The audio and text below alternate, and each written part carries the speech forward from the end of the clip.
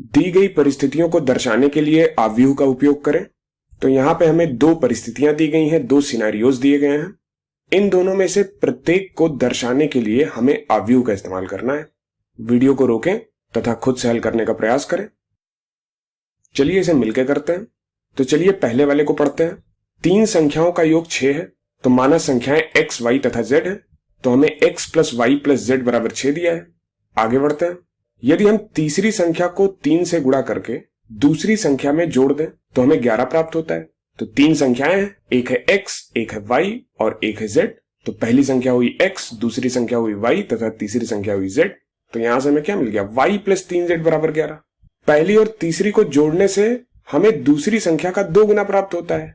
तो पहली संख्या x है, तीसरी संख्या z है, तो x और z को जोड़ने से y का 2 गुना मिलता है। दूसरी संख्या y है तो y का 2 गुना मिलता है। तो x प्लस z बराबर 2y है। लेकिन यहां पर इस समीकरण को हम इस रूप में लिखते हैं, अर्थात सारे वेरिएबल्स को हम बाईं तरफ रखते हैं। तो 2y को हम बाईं तरफ ले आए तो ये हो गया x minus 2y plus z बराबर 0। तो ये तीन समीकरण है। ऊपर लिखे हुए कथनों को हमने इन तीन समीकरणों के माध्यम से दर्शाया है। तो ये तीन रैखिक समीकरण है और इसमें तीन अननोन है, तीन अज्ञात राशियां हैं जो कि x, y और z है। अब चूंकि हमें दी गई परिस्थिति को दर्शाने के लिए आव्यूह का इस्तेमाल करना है, तो समीकरण के इस निकाय को हम आव्यूह के माध्यम से दर्शाएंगे। तो इसे हम लिख सकते हैं ax बराबर b की तरह। इस समीकरण निकाय को ax बराबर b की तरह लिखा जा सकता है, जहां पर a x, y तथा z के गुणांकों से बनी मैट्रिक्स है। तो a हो जाएगी 1 1 1। यहां पे देखिए x का गुणांक 1, y का गुणांक 1, z का गुणांक 1। तो ये पहली पंक्ति में आ गया 1 1 1। यहाँ पे x का गुणांक 0 है क्योंकि x तो है नहीं यहाँ। तो x का गुणांक 0, y का गुणांक 1 और z का गुणांक 3। तो 0 1 3। x का गुणांक 1, y का गुणांक -2, z का गुणांक 1। तो 1 -2 1। अब यहाँ पर x अज्ञात राशियों की मैट्रिक्स है। तो ये है x बराबर x y z और b इन नियतांकों से बनी मैट्रिक्स है 6 11 0। तो b बराबर है 6 11 0। अब यदि हम मैट्रिक्स a का गुणा मैट्रिक्स x से करें तो हमें मैट्रिक्स b मिलनी चाहिए। चलिए करके देखते हैं। तो a का गुणा x से किया तो इसका जो पहला अवयव है वो मिलेगा 1 गुणे x प्लस 1 गुणे y प्लस 1 गुणे z और ये बराबर होगा 6 के। तो x plus y plus z बराबर 6 के होगा और यही पहला समीकरण है। इसका दूसरा अवयव मिलेगा, अर्थात ax का दूसरा अवयव मिलेगा 0 गुणे x प्लस 1 गुणे y प्लस 3 गुणे z, यानी कि y प्लस 3z और ये 11 के बराबर होगा और यही दूसरा समीकरण है y प्लस 3z बराबर 11। ax का तीसरा अवयव होगा 1 गुणे x माइनस 2 गुणे y प्लस 1 गुणे z, अर्थात x minus 2y plus z और ये 0 के बराबर होगा। यही तीसरा समीकरण है। इसका मतलब हम कह सकते हैं कि ये दोनों का ही मतलब समान है। यहाँ पर ये रैखिक समीकरणों के रूप में लिखा है और यहाँ पर ये आव्यूहों के रूप में लिखा है। इस तरह से हम इस कथन को आव्यूहों के पदों में दर्शा सकते हैं। चलिए अगला करते हैं। तो यहाँ पर 4 किलो प्याज, 3 किलो गेहूं और 2 किलो चावल का मूल्य 60 रुपए दिया गया है। तो यहाँ पर हमें प्रति किलो प्याज, प्रति किलो गेहूं और प्रति किलो चावल के मूल्य नहीं पता है। तो मान लेते हैं प्याज x रुपए पर केजी है, गेहूं y रुपए पर केजी है तथा चावल z रुपए पर केजी है। यानी कि 1 किलो प्याज का मूल्य x रुपए, 1 किलो गेहूं का मूल्य y रुपए तथा 1 किलो चावल का मूल्य z रुपए है। तो यहां से हम कह सकते हैं कि 4x plus 3y plus 2z बराबर 60 है। तो पहला समीकरण हो गया 4x plus 3y plus 2z बराबर 60। अब यदि प्रश्न को आगे पढ़ें तो 2 किलो प्याज, 4 किलो गेहूं और 60 किलो चावल का मूल्य 90 रुपए है। तो यहां से हो गया 2x plus 4y plus 6z बराबर 90। तो दूसरा समीकरण हमें यह मिल गया। अब इसे आगे पढ़ें तो लिखा हुआ है 6 किलो प्याज, 2 किलो गेहूं और 3 किलो चावल का मूल्य 70 रुपए है। तो यहां से हो जाएगा 6x plus 2y plus 3z बराबर 70। तो तीसरा समीकरण हमें मिल गया 6x plus 2y plus 3z बराबर 70। तो इस कथन को हमने इन रैखिक समीकरणों के माध्यम से दर्शाया है। अब इस समीकरण निकाय को हम आव्यूहों के माध्यम से भी दर्शा सकते हैं। इसे हम ax बराबर b की तरह लिख सकते हैं, जहां पर a x, y व z के गुणांकों से बनी मैट्रिक्स है। तो a हो जाएगी 4 3 2 4 3 2 2 4 6 2 4 6 6 2 3 6 2 3 तथा x अज्ञात राशियों की मैट्रिक्स है। अज्ञात राशियां क्या है, x, y और z। तो x है x, y, z तथा b इन नियतांकों की मैट्रिक्स है। तो b है 60 90 70। अब आप इसे भी चेक कर सकते हैं, यहां भी ax बराबर b होगा। तो इस तरह से हमने इन परिस्थितियों को अव्यूहों के माध्यम से दर्शाया है। अब यहाँ पर इस प्रश्न का दूसरा हिस्सा भी है, वो है कि अब अज्ञात के लिए इसे हमें हल करना है। अज्ञात राशियां हैं x, y, z, तो हमें इन समीकरण के निकायों को x, y, z के लिए हल करना है। तो वीडियो को रोकें तथा खुद से हल करने का प्रयास करें। चलिए इसे मिलकर हल करते हैं। चलिए सबसे पहले इस पहले वाले को करते हैं। तो यहां पर हमें a दिया है, a है 1 1 1 0 1 3 1 - 2 1 तथा x है x y z और b है 6 11 0। इससे पहले हम आगे बढ़ें और इसे हल करें। चलिए सबसे पहले देखते हैं कि a का डिटर्मिनेंट 0 है या नहीं। यदि a का डिटर्मिनेंट नॉन जीरो है तभी हम आगे इसे हल कर सकते हैं, अन्यथा नहीं। तो सबसे पहला स्टेप है कि संगत के लिए जांच करें, देखें कि डिटर्मिनेंट a 0 है या नहीं। तो a का डिटर्मिनेंट निकाला तो हमें ये मिला, इसको हल किया तो हमें ये 9 मिल गया जो कि नॉन जीरो है, शून्येतर है। इसका मतलब अब हम आगे बढ़ सकते हैं और a इनवर्स ज्ञात कर सकते हैं।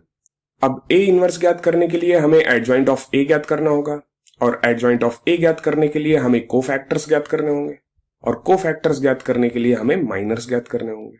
अर्थात मैट्रिक्स और डिटर्मिनेंट इन दो अध्यायों में जो भी हमने पढ़ा है उन सब का इस्तेमाल यहाँ पे होगा। तो चलिए सबसे पहले एडजॉइंट ऑफ a ज्ञात करते हैं, अर्थात a का सहखंडज अवयव एडजॉइंट मैट्रिक्स ज्ञात करते हैं। तो एडजॉइंट ऑफ a ये बराबर होगा इस मैट्रिक्स के ट्रांसपोज के, और ये मैट्रिक्स कोफैक्टर्स से बनी मैट्रिक्स है। a के अवयवों के सहखंड से बनी मैट्रिक्स है, सहखंड जिसे इंग्लिश में हम कोफैक्टर्स कहते हैं। अब इसको सरल किया तो हमें ये मिल गया 7 3 -1 -3 0 3 2 -3 1 और इसका ट्रांसपोज, इसका परिवर्त जिसे इंग्लिश में हम ट्रांसपोज कहते हैं। तो ट्रांसपोज लेने पे ये बराबर हो जाएगा 7 3 -1, यहाँ कॉलम में आ गया, ये -3 0 3 यहाँ पे आ गया, 2 -3 1 यहाँ पे आ गया। तो एडजॉइंट ऑफ a हमें मिल गया 7 -3 2 3 0 -3 -1 3 1। अब हम a इनवर्स ज्ञात करते हैं। तो a इनवर्स हो जाएगा 1 बटे डिटर्मिनेंट ऑफ a गुणे एडजॉइंट ऑफ a। a का डिटर्मिनेंट यानी कि a का सारणिक ये 9 के बराबर है, तो 1 बटे 9 गुणे एडजॉइंट ऑफ a, ये मैट्रिक्स यहाँ पे आ जाएगी। तो 1 बटे 9 का गुणा इस मैट्रिक्स के साथ, यही a इनवर्स के बराबर है। अब चूंकि a इनवर्स हमने ज्ञात कर लिया है, अब हम x को ज्ञात करने के लिए तैयार हैं। तो यहां से ax बराबर b है। अब a से छुटकारा पाने के लिए हमने a इनवर्स का पूर्व गुणन कर दिया, तो a इनवर्स का गुणा बाईं तरफ से हो जाएगा। तो a इनवर्स ax बराबर a inverse b। a inverse a ये i के बराबर हो गया और i गुणे x तो x के बराबर ही है, तो यहां से x बराबर a इनवर्स b हो गया। अब चूंकि हम a इनवर्स जानते हैं, हम b को जानते हैं, तो हम इन दोनों का गुणा करके x ज्ञात कर सकते हैं। तो चलिए इन दोनों का गुणा करते हैं। तो यहां से x बराबर हो जाएगा 1 बटे 9 और ये मैट्रिक्स 7 -3 2 3 0 -3 -1 3 1 और इसका गुणा b के साथ, b है 6 11 0। अब इन दोनों का गुणा करते हैं तो हमें ये मिल जाएगा और इसको सरल करने पर हमें ये मिलेगा 1 बटे 9 बाहर रहेगा और इस मैट्रिक्स के अंदर हो जाएगा 9 18 27। अब यहाँ पर ये तीनों ही संख्याएं 9 का गुणज है, तो यहां से हम 9 कॉमन ले सकते हैं। तो 9 कॉमन लिया तो 9 से 9 कट गया और इस मैट्रिक्स के अंदर बचा 1 2 3, अर्थात यहां से x बराबर हो गया 1 2 3 और x तो x y z के बराबर है, तो यहां से x y z बराबर हो गया 1 2 3। तो हमें संख्याएं मिल गई 1 2 3, अर्थात जो संख्याएं हमें चाहिए थी वो है 1 2 तथा 3। अब चलिए अगला करते हैं। इस बार मैट्रिक्स A है 4 3 2 2 4 6 6 2 3, x है x y z, b है 60 90 70। तो इसको भी हल करने की विधि पिछले प्रश्न के जैसी ही है। तो चलिए सबसे पहले हम a की सारणिक ज्ञात करते हैं, a का डिटर्मिनेंट ज्ञात करते हैं, अर्थात संगत के लिए जांच करते हैं, देखते हैं कि डिटर्मिनेंट a 0 है या नहीं। अगर नॉन जीरो होगा तो आगे बढ़ेंगे, अन्यथा नहीं।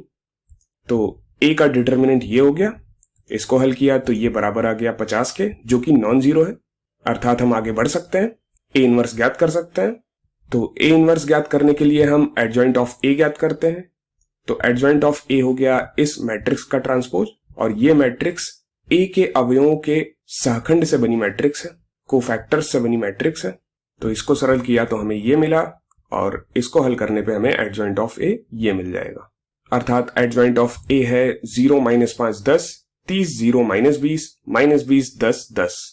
अब a इनवर्स ज्ञात करने के लिए हम एडजॉइंट ऑफ a लिखते हैं और इसको a के डिटर्मिनेंट से भाग दे देते हैं और a का डिटर्मिनेंट तो 50 है, तो इसे हमने 50 से भाग दे दिया तो हमें a इनवर्स मिल गया, यानी कि a इनवर्स है यानी कि ए इनवर्स बराबर है 1/a का डिटर्मिनेंट गुणे एडजॉइंट ऑफ ए, और ये बराबर होगा 1/50 और एडजॉइंट ऑफ ए। ये मैट्रिक्स आ गई।